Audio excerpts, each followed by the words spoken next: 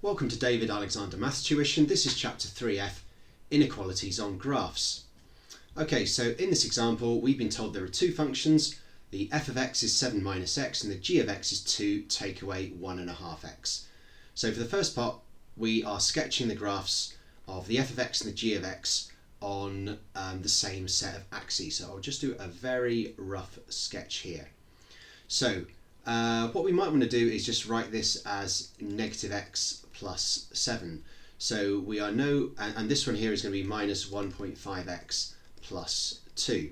So if I say that this is 2 and this is 7, it's just a sketch, and I'm thinking about the gradient. So negative x plus 7, that is not as steep as minus 1.5x. So I will just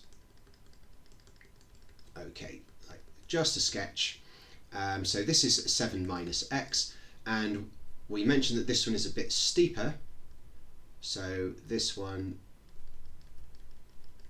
will look, okay, it's probably exaggerated its steepness, but there we go. So 2 minus 1.5x.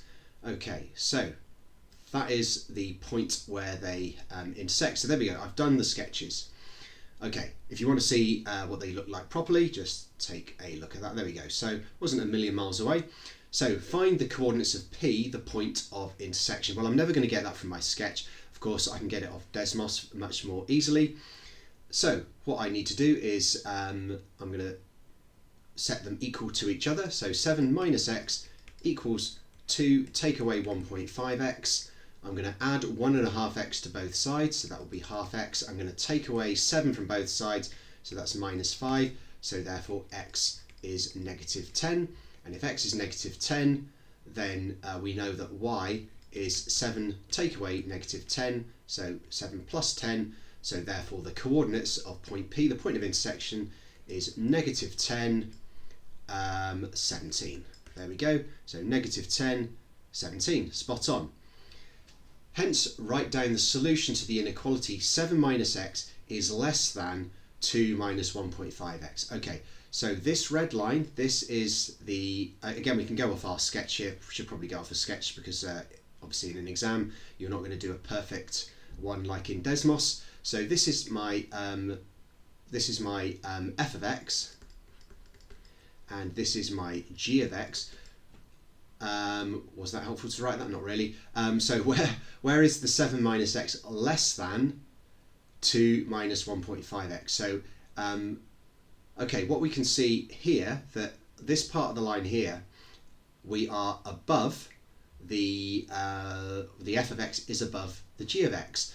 But once we get beyond this point of intersection, we can see at this point here, the 7 minus x is less than 2 minus 1.5x. So therefore we can say that the solution is, well, x must be less than negative 10.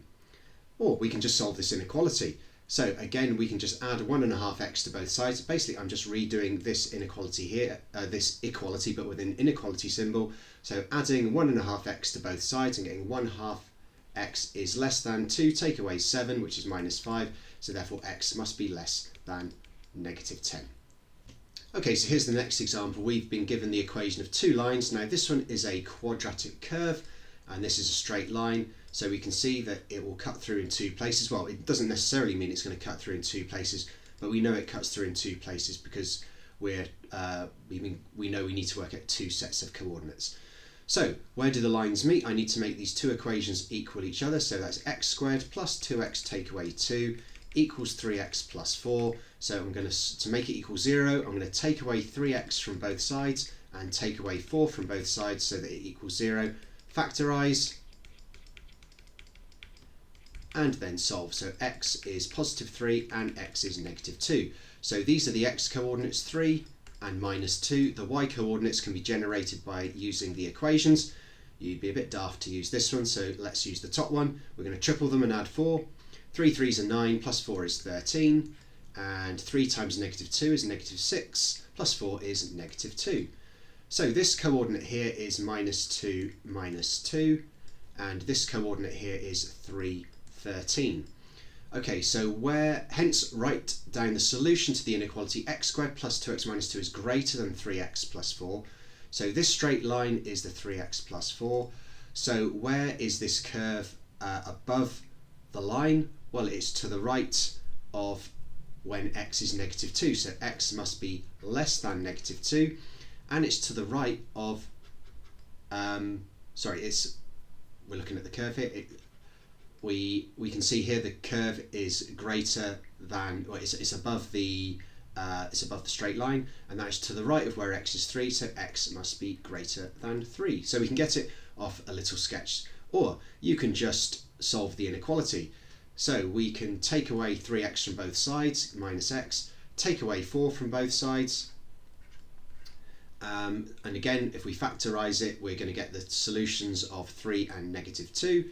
So let's just do a quick sketch. Here's minus 2, here's 3. Where is it greater than 0? Well, this part of the line here and this part of the line here.